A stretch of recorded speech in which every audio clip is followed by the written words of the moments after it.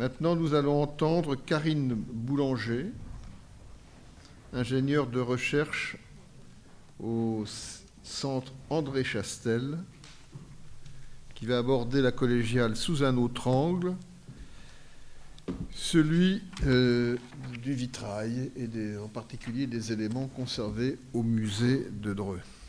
Merci. Alors, c'est là où mes limites techniques apparaissent de la façon la plus crue. Comment puis-je accéder à mon PowerPoint ? Je vais peut-être réussir à me dépatouiller toute seule.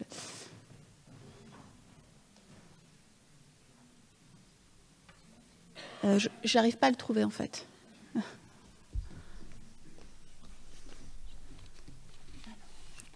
Allez-y. Peut-être pouvez-vous commencer néanmoins pendant qu'on cherche. Oui. C'est bon, on y arrive.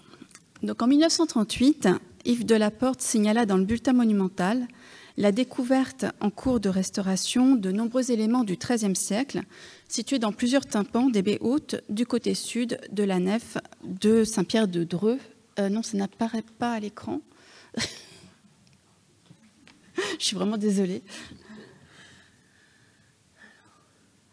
Donc dans la nef de Saint-Pierre de Dreux. Ces éléments étaient accompagnés de plusieurs autres éléments du XIVe siècle, des fragments de grisaille et des fragments d'une bordure avec des apôtres, ainsi que d'une annonciation en bonne partie du XVe siècle. Tout ceci a quitté définitivement l'édifice, donc dans les années 30. Je m'arrête 2 secondes parce que là j'aurais vraiment besoin des images. Merci Irène. Merci beaucoup. Donc ces éléments découverts en 1938 ont quitté le Saint-Pierre de Dreux, où ils se trouvaient jusque-là, à ce moment-là. Alors en plus de ces fragments que je viens de citer du XIIIe, XIVe et XVe, on avait aussi les restes d'un décor de fleurs de lys de l'époque moderne, entassés dans le tympan de la dernière travée de la nef.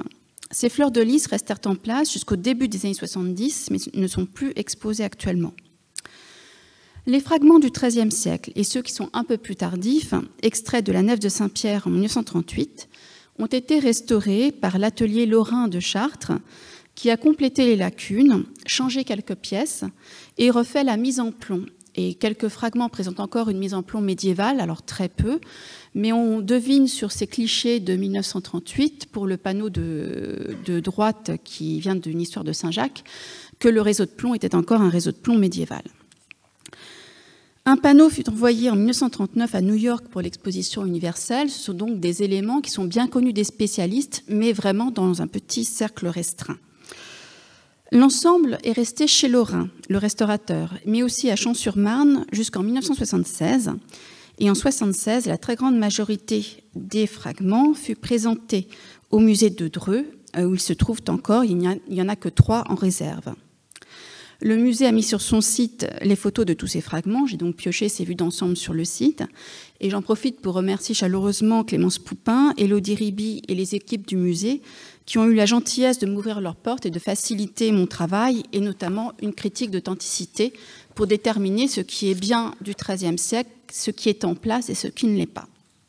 Alors avant de parler de la provenance des fragments, il fallait procéder à leur étude et à des reconstitutions pour mieux comprendre l'environnement architectural pour lequel ils avaient été conçus, c'est-à-dire l'allure des fenêtres. L'analyse et les reconstitutions que je vais vous présenter, qui plairont à ceux d'entre vous qui sont restés jeunes d'esprit et qui aiment les puzzles, eh bien, ces reconstitutions présentent de grandes limites qui sont dues au sort de ces fragments redécoupés, recomposés, pour entrer dans les ouvertures de tympans flamboyants dans l'église Saint-Pierre. Yves Delaporte, en 1938, avait identifié plusieurs sujets parmi les éléments les mieux conservés. Et en 1972-1973, Véronique David, de ce nom de jeune fille Moréchamp, fit une excellente maîtrise sur ces panneaux sous la direction de Louis Grodecki. Donc je reprendrai une partie de ses conclusions d'ailleurs, et je remercie Véronique de m'avoir communiqué son travail qui était resté largement inédit et inaccessible. Suite à cette maîtrise, le recensement des vitraux des régions Centre et Pays de la Loire du Corpus Vitraearum a réparti les fragments en 5 séries principales. Mais en réalité, ce ne sont pas 5 séries, mais 7 et plus séries et décors différents aux thèmes que l'on peut bien identifier, que l'on peut examiner aujourd'hui et qui proviennent donc d'au moins, je dis bien au moins, 7 fenêtres différentes. C'est un ensemble considérable.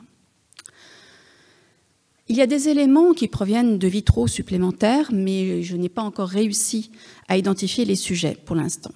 Donc je vous propose que nous regardions ensemble ces ensembles, oui, en commençant par des fragments provenant sans aucun doute de Verrières Basses, étant donné la petite échelle des scènes et des figures.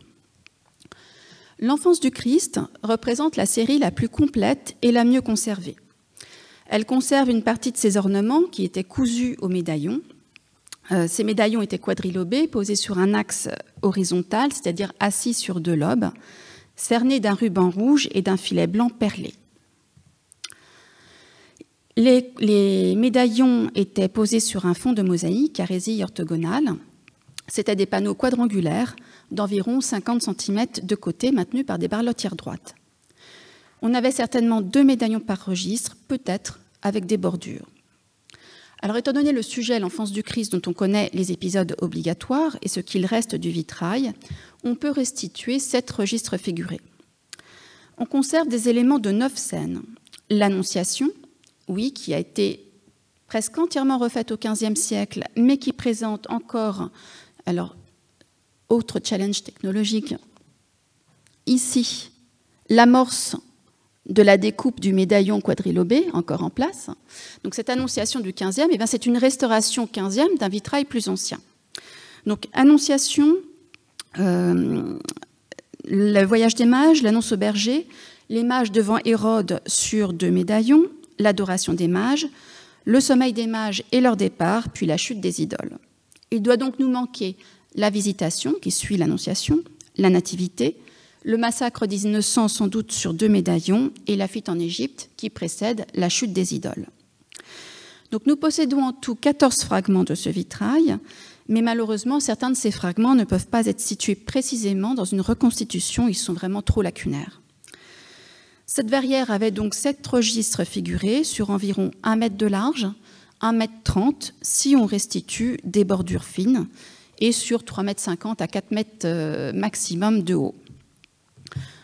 Deuxième ensemble, une vie de Saint Jacques le Majeur, lacunaire mais avec des éléments caractéristiques, 3 médaillons figurés et un fermaillet avec un décor de coquilles. Le fermaillet, c'est juste cette petite broche qui sert à lier visuellement des panneaux ou des scènes figurées. Le traitement de certaines scènes, cependant, n'est pas commun. L'identification repose sur 3 éléments. La représentation du saint qui est vêtu d'une tunique, d'un manteau et avec les pieds nus, qui le désigne comme un apôtre. Le fermaillet qui ne peut que provenir d'une verrière de Saint Jacques le Majeur. Et la scène au centre du scribe Josias qui est baptisé sur le chemin du martyr. Lorsque Saint Jacques va être martyrisé, il baptise le scribe. 2 autres scènes peuvent être rapprochées de celle-ci. On y retrouve le même personnage de toute évidence. Dans l'une de ces scènes, à droite, le personnage va recevoir le martyr. Dans l'autre, eh bien, il se détourne d'un autel, bénit un grand linge qui est tenu par 2 anges. Il y en a bien 2, malgré l'état du vitrail permet difficilement de le voir, en présence d'un homme qui se lamente juste à côté. Cette scène, au traitement qui est peu commun, est la traduction de l'envoi d'un linge appartenant à Saint Jacques, à Philétus, pour le sauver des sortilèges de son maître, le mage Hermogène. Donc des médaillons circulaires qui ont conservé leur encadrement rouge et blanc, des médaillons très petits, une trentaine de centimètres de diamètre seulement, sans doute posés sur un fond ornemental, mais il n'en reste rien. Le petit fermaillet est d'une échelle aussi réduite, puisqu'il ne mesure qu'une dizaine de centimètres de diamètre. Étant donné la petite échelle des compositions, eh bien, on était certainement sur une toute petite ouverture, au maximum d'1 mètre de large. 3e ensemble qui n'est connu que par un seul panneau, un ensemble sur la vie et les miracles de Saint Nicolas. Alors le panneau présente encore une inscription qui est en place, qui nomme le saint qui est représenté à droite. Il illustre le miracle du débiteur malhonnête, donc un chrétien qui a juré sur l'autel de Saint-Nicolas qu'il va rendre l'argent qu'il a emprunté à un juif. Et là, dans la deuxième partie, eh bien, il essaye d'arnaquer son créancier. En fait, il dissimule l'argent dans un bâton creux, s'appuie dessus et il va jurer sur l'autel de Saint-Nicolas qu'il a rendu le bâton, tout simplement en le donnant au préalable à son créancier. Évidemment, il sera châtié ensuite. Ici, en lieu en place d'une statue ou d'un autel, on a représenté le saint lui-même. Pour ce récit, on est sur le module de l'enfance du Christ, donc des panneaux d'une cinquantaine de centimètres de côté, quadrangulaires. Malheureusement, on ne sait pas du tout quelle était la forme des médaillons, ni à quoi ressemblait l'entourage ornemental. Quatrième ensemble, une histoire de Théophile, connue par 2 médaillons qui appartiennent à la fin de la légende.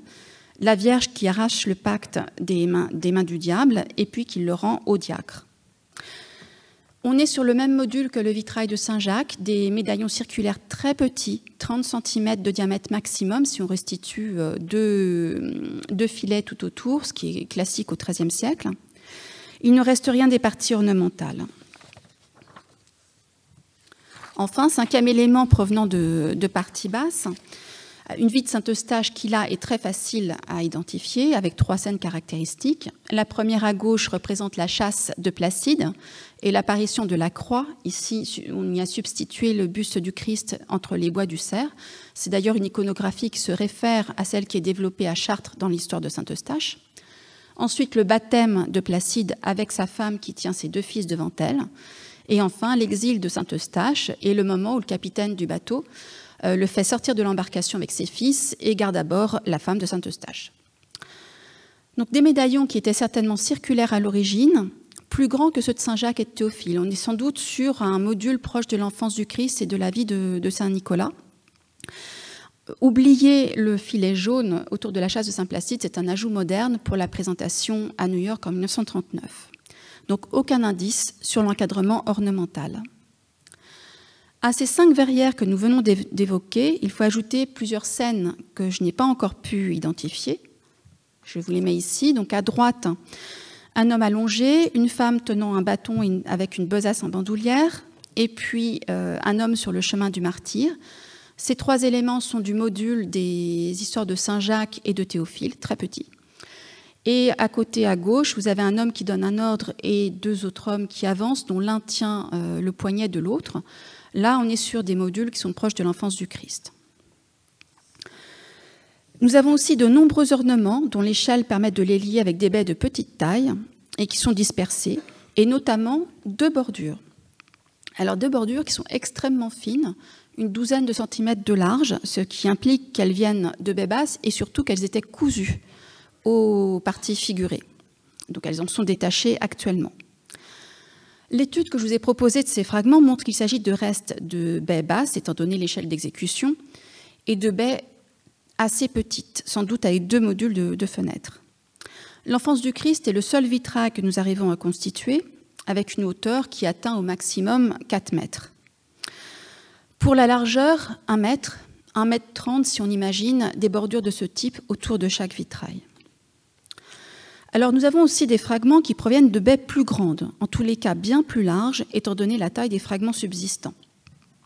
Une baie de l'arbre de Jessé, connue par 8 fragments de plus ou moins grande taille. On y trouve 5 prophètes, la plupart qui se répartissaient du côté gauche de l'ouverture, tous posés sur un fond rouge. 2 prophètes sont identifiables, Enoch qui a une inscription, alors la figure a été retournée, et puis Moïse, dont l'iconographie permet de le reconnaître aisément. Ils étaient disposés dans des médaillons en demi-cercle, encadrés de filets bleus et blancs posés sur un fond de mosaïque à réseau losangé. C'étaient des panneaux assez grands, 80 cm de haut, sur une trentaine de centimètres de large. Il ne reste rien de la partie centrale, quasi rien. Il faut imaginer en bas Jessé, puis un certain nombre de rois, la Vierge et enfin le Christ. Et en fait, il ne reste que le visage du Christ. Donc je reviens juste en arrière. Non, c'était un bon essai, mais je ne reviendrai pas en arrière. Donc il nous reste le visage du Christ, qui est un très très beau morceau de peinture. Et le Christ est entouré classiquement des 7 dons du Saint-Esprit sous la forme de colombes. Chaque colombe étant placée dans un cercle jaune qui se plaçait à l'extrémité des feuillages de l'arbre au sommet duquel se trouvait le Christ. On a en fait encore cousu au cercle jaune la fin des branches de l'arbre. Étant donné la taille des panneaux latéraux, on peut restituer une ouverture d'1,50 m de large sur au moins 4 mètres de haut, puisqu'on avait au moins 5 registres figurés, peut-être plus. D'autres éléments figurés et ornementaux proviennent eux aussi de grandes baies. 2 anges qui devaient couronner une verrière qui était sans doute coiffée d'une architecture, puisqu'on a les amorces de l'arcade de chaque côté. Alors j'ai dessiné très grossièrement une arcade trilobée, qui est assez vraisemblable pour cette époque. L'échelle de ces anges pointe là aussi sur des panneaux de 80 cm de haut sur une trentaine de centimètres de large, donc c'est le même module que l'arbre de Jessé. On a aussi un soldat coupé en deux, un soldat assis peut-être venant d'une scène de la résurrection du Christ, 2 têtes d'hommes et puis des éléments ornementaux de grande taille, donc qui viennent là aussi de grandes ouvertures. Enfin, je citerai un dernier ensemble dont les fragments sont dispersés un peu partout et dont je n'arrive toujours pas à restituer le schéma primitif complet. C'est une grisaille. Alors, il y a 2 grisailles qui sont conservées dans ces fragments au musée de Dreux. Il y a une grisaille du XIVe dont je ne parle pas, et cette grisaille qui est bel et bien du XIIIe siècle, avec un décor de palmettes sur fond de cage à mouche, un schéma géométrique et des cabochons héraldiques à décor de Castille d'or sur champ de gueule. Donc un décor qui, dans les années, on le verra, 1220-1230, a vraiment une valeur héraldique. Ce n'est pas du tout un décor ornemental. Pour ce qui est de la datation, même en dehors de tout élément contextuel précis, eh bien c'est une datation qui est facile à établir. On est dans les années 1220-1230, avec des drapés encore très fluides qui se simplifient, d'autres drapés qui commencent à prendre plus de volume et traités de manière en épingle, qui est caractéristique du XIIIe, des visages aux traits assez harmonieux. Donc on est vraiment dans la mouvance un peu classicisante qui est héritée du style 1200 et qui perdure en réalité très longtemps dans le XIIIe siècle, jusque dans les années 1230. L'étude de ces fragments, en dépit de leur état parfois épouvantable, qui est dû à l'obscurcissement des verres et à la perte de la peinture, montre l'intervention de 3 ateliers différents. Le plus important, en nombre de fragments conservés, est celui qui a réalisé l'enfance du Christ, la vie de Saint-Jacques, celle de Saint-Eustache et les miracles de Saint-Nicolas. Il se distingue par une peinture encore assez classicisante pour les drapés. Regardez les creux du drapé d'Hérode ou encore de celui du Juif dans la scène du débiteur malhonnête, mais qui tend déjà à se simplifier. La grisaille, c'est-à-dire la peinture, est appliquée de manière extrêmement diluée, à tel point qu'elle forme des amas à la fin du trait de pinceau. Donc ces amas, vous les voyez bien sur le détail d'Hérode, dans les extrémités des mèches de cheveux, des barbes, des moustaches, dans les drapés, qui confèrent en fait un aspect un peu charbonneux à cette peinture. On est donc sur une peinture encore de style classicisant, héritière du style 1200. Alors en revanche, l'artiste qui a exécuté les panneaux de l'histoire de Théophile, ainsi que 2 têtes d'hommes de taille un peu plus grande pour une verrière plus grande, eh bien cet artiste-là ne s'est pas embarrassé de détails, même aucun détail du tout, avec une peinture qui est épaisse, appliquée sans véritable nuance. Nous avons quelques traits droits pour traduire les drapés, des plis en V emboîtés, des yeux globuleux, un nez retroussé et une petite bouche toute droite. Il n'y a aucune gradation du coup de pinceau et un lavis qui ne paraît même pas avoir été exploité. 3e ensemble dans cette série des fragments de Dreux, eh bien l'artiste ou l'atelier qui a exécuté la très grande partie de l'arbre de Jessé et les 2 anges qui viennent d'un autre vitrail, eh bien cet artiste se distingue au contraire par la qualité de son travail, toujours dans cette mouvance classicisante, avec des drapés encore fluides, mais traités de manière très différente. Vous voyez, ce sont des drapés, ce qu'on appelle des plis en épingle à cheveux en fait, qui sont toujours traités de la même manière, un trait fort doublé d'un trait fin. Et presque débordant, pas tout à fait, mais presque. Les visages sont de la même qualité picturale, avec des sourcils épais soigneusement arqués, des yeux en amande, un nez très long et très fin, et les chevelures et barbes sont traitées en fines mèches ondulées. Donc au niveau du vocabulaire pictural, c'est vrai que comme l'atelier de l'enfance du Christ, on est dans cette mouvance classicisante. En revanche, la façon d'appliquer la peinture n'a absolument rien à voir. Ce ne sont pas du tout les mêmes artistes.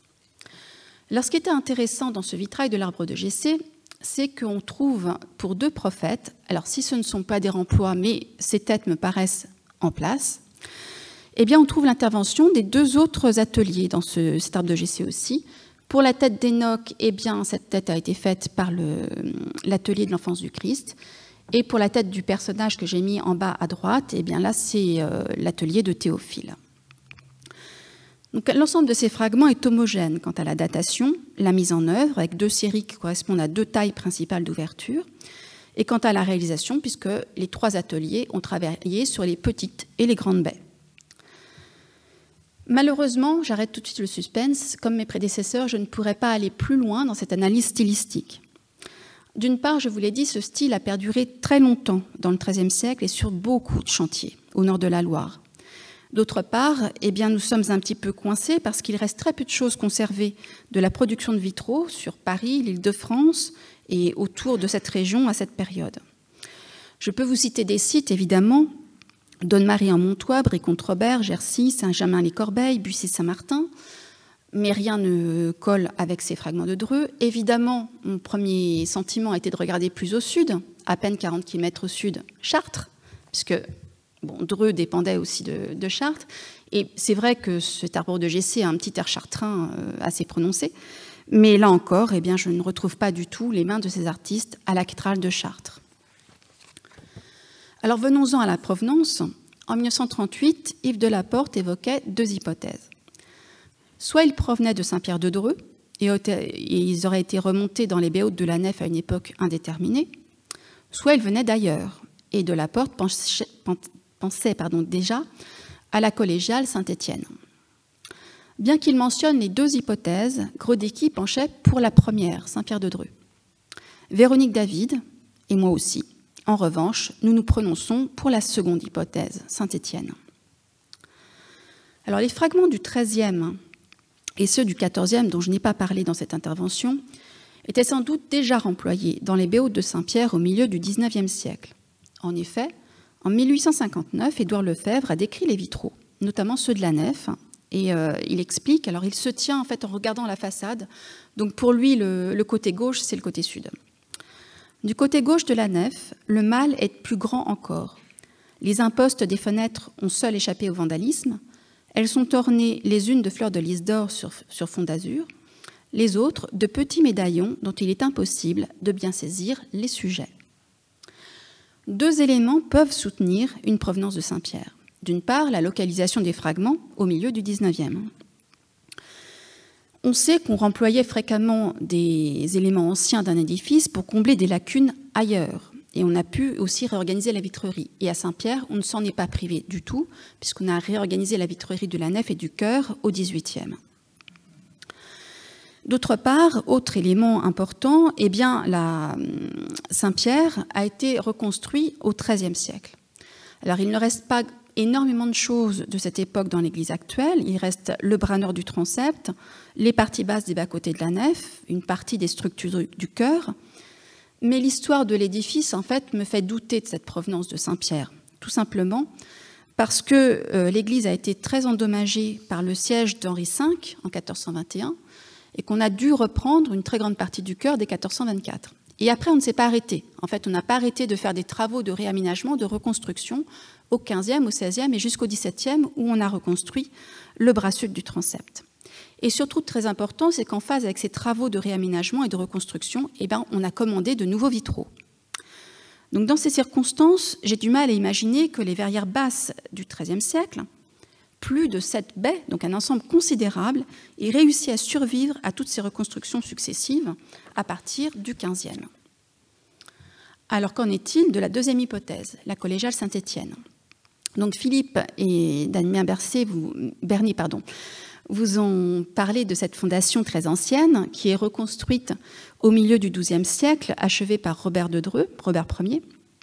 Évidemment, difficulté, c'est que l'édifice a entièrement disparu, dévasté en 1793, endommagé par la chute du donjon ensuite, de la tour maîtresse, pardon. Il est vendu en 1798 et démoli immédiatement après. Alors on en conserve des plans, des vues de l'extérieur, des éléments éloquents de sculptures, des inscriptions. Et évidemment, il y a eu l'étude de l'architecture par Stephen Gardner en 1984.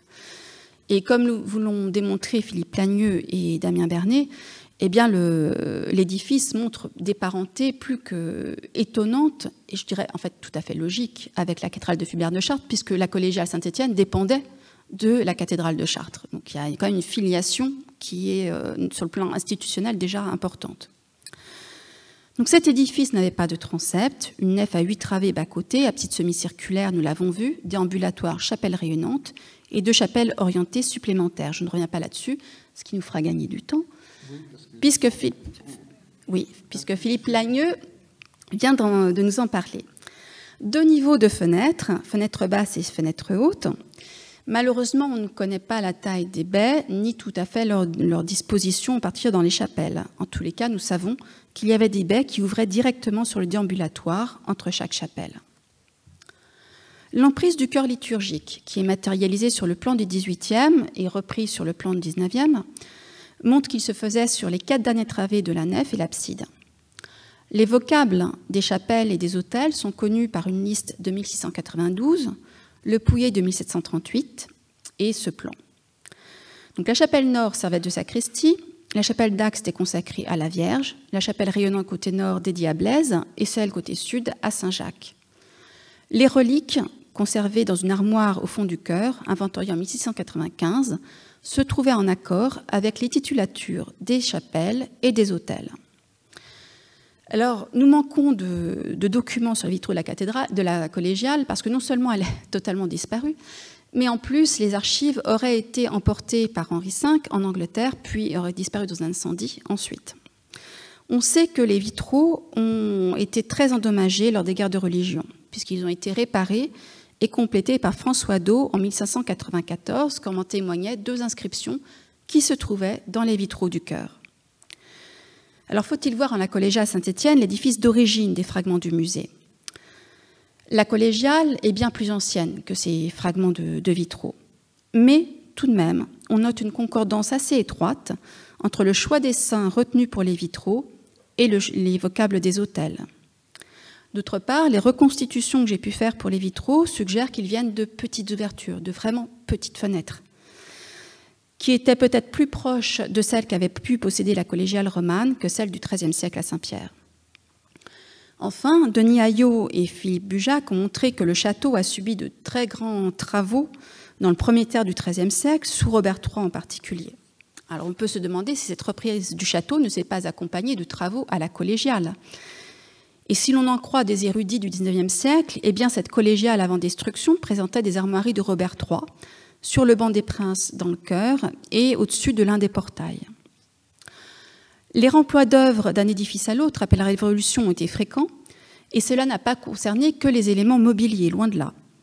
Les vitraux déposés par un vitrier pouvaient lui servir ensuite au gré de ses travaux ailleurs à compléter des ensembles lacunaires. Et parfois c'est la fabrique elle-même d'autres édifices qui pouvait les racheter des vitraux, d'édifices qui étaient désaffectés ou promis à la démolition. L'exemple le plus célèbre et bien connu par les textes, c'est la cathédrale de Tours, où les chanoines ont été achetés des vitraux du XIIIe siècle d'une église voisine. À Dreux, lors de la démolition de la collégiale, on a préservé une partie des chapiteaux sculptés. Ils ont rejoint des collections d'érudits, d'autres ont été déposés dans la crypte de la nouvelle chapelle. L'un de ces chapiteaux, vous le savez, a servi longtemps de bénitier dans Saint-Pierre de Dreux, après avoir été récupéré auprès d'un particulier.